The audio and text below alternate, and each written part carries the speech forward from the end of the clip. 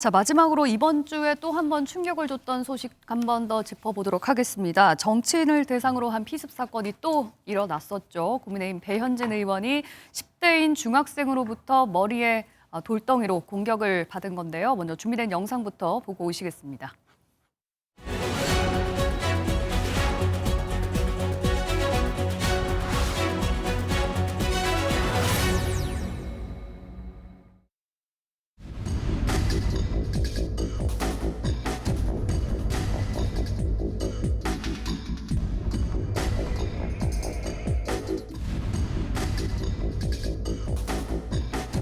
이런 일이 절대 있어서는 안 되는 것이고 거기에 대한 대책을 잘 생각해봐야 한다고 생각합니다.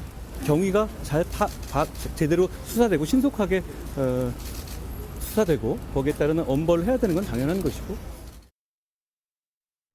네, 송영훈 의원님.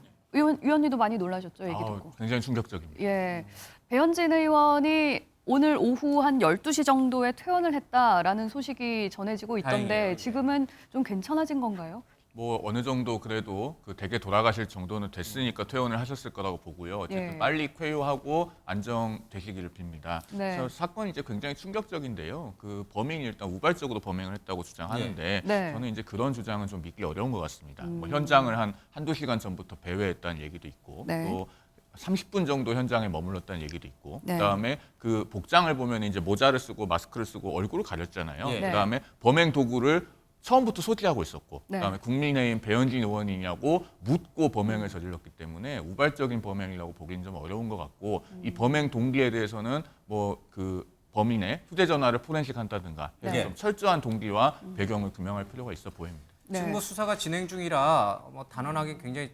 조심스럽습니다만은 저 가해 학생 15살 중학생으로 지금 알려져 있는데 배현진 의원을 탁 찍어가지고 기다렸다가 한 게 아니라 그 전부터 연예인들을 주로 또 이제 학교 생활에서도 그런 모습들이 좀 있었고 스토킹이라든지 어떤 괴롭힘이라든지 이런 게 있었는데 이거를 우발적인 사건이 아니라 배현진 의원을 노린 그러니까 전영욱 전 의원은 또 그런 얘기를 하던데요. 저 학생이 민주당 지지자 아니냐 뭐 이런 얘기도 꺼낸 것 같은데 여기에 정치적인 어떤 의미 부여를 둬야 한다고 보십니까 이 사건에? 저는 최종적인 수사 결과가 나오기 전까지 어떤 예. 정치적인 추측을 해서 이 문제를 정치적인 사안으로 좀 확대를 시키고 싶진 않습니다. 왜냐하면은 우리 사회에 지금 벌써 1월 2일에 이재명 대표 피습 사건이 있었고 지금 1월 25일에 배현진 의원 피습 사건이 있었으니까 1월에만 벌써 2건이 이런 사건이 벌어진 예. 거 아닙니까? 네. 절대 반복돼서는 안 되는 일인데요. 여기에 자꾸 이제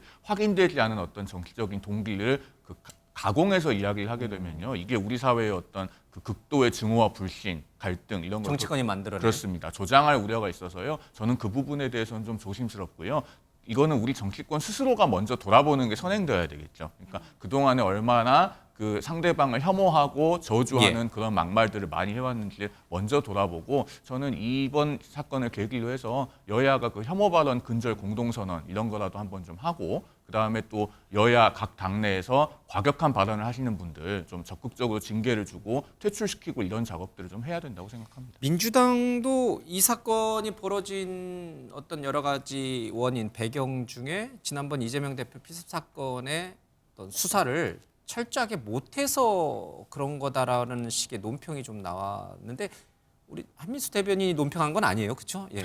근데 정말 그런 게 이유가 된다고 보세요. 이재명 대표 피습 사건을 경찰이나 아니면 이 정부가 철저하게 수사하지 않았기 때문에 이 사건에 발생했다라고 보세요. 단초를 제공했다고 보세요. 일단은 뭐 좀 전에 영상 봤으면 상당히 저도 충격을 받았어요. 이재명 대표 테러 사건 때도 제가 현장에 있었고 예. 네. 충격을 또 받았는데 일단 저런 일들이 벌어지지 않도록 저도 즉각 우리 당도 이런 정치 테러는 강력히 규탄하고 이걸 어떻게 용납할 수 있겠습니까? 배경을 배격해야죠, 철저하게. 그리고 저 범인이 배현진 의원이 확인을 했다는 거 아닙니까? 예. 네. 그건 정치 테러라고 보는 게 맞을 거라고 봅니다. 그래서 이거를 우리 송 변호사도 말씀하셨습니다마는 뭐 단기적으로는 뭐 후보들이나 정치인들에 대한 경찰 경호랄지 이런 거 확 좀 보강을 하고 장기적으로는 저희 당대표 정치 테러 대책에서 지금 국회의장께 제안도 했습니다만 여야 지도부에다가 국회 차원에서 이런 대책 특위도 만들어서 좀 근본적으로 어떤 우리 정치 혐오 정치와 증오 정치를 막을 수 있는 방법을 찾는 게 중요하다고 생각을 하고요. 예. 좀 전에 말씀하신 부분은 저는 이렇게 생각합니다. 왜냐하면 이재명 대표에 대한 그 테러범 네. 엊그제 이제 국회 행안위가 열렸습니다. 그동안 경찰이나 이런 수사 당국이 좀 축소해서 수사한 거 아니냐, 예. 은폐된 부분이 있지 않느냐 이런 지적들이 많았어요. 그리고 네. 일단 수사 결과를 발표했는데 그걸 흔쾌하게 받아들이는 국민이 많지 않은 것 같습니다. 도대체 왜 경찰이 발표한 정치적 신념에 따른 극단적 범행이 이루어졌다고 했는데 그 범행 동기가 뭐고 왜 이 범인이 그렇게까지 그런 극단적 신념을 갖게 됐는지를 밝혀지지가 않았어요. 그래서 신상을 밝히라고 하니까 부산 경찰청장이 나와서 한 얘기가 저는 제 귀를 의심했습니다. 이렇게 표현합니다. 수단의 잔인성과 범죄의 중대성에 미흡하다는 거예요. 이거 동의하시겠습니까?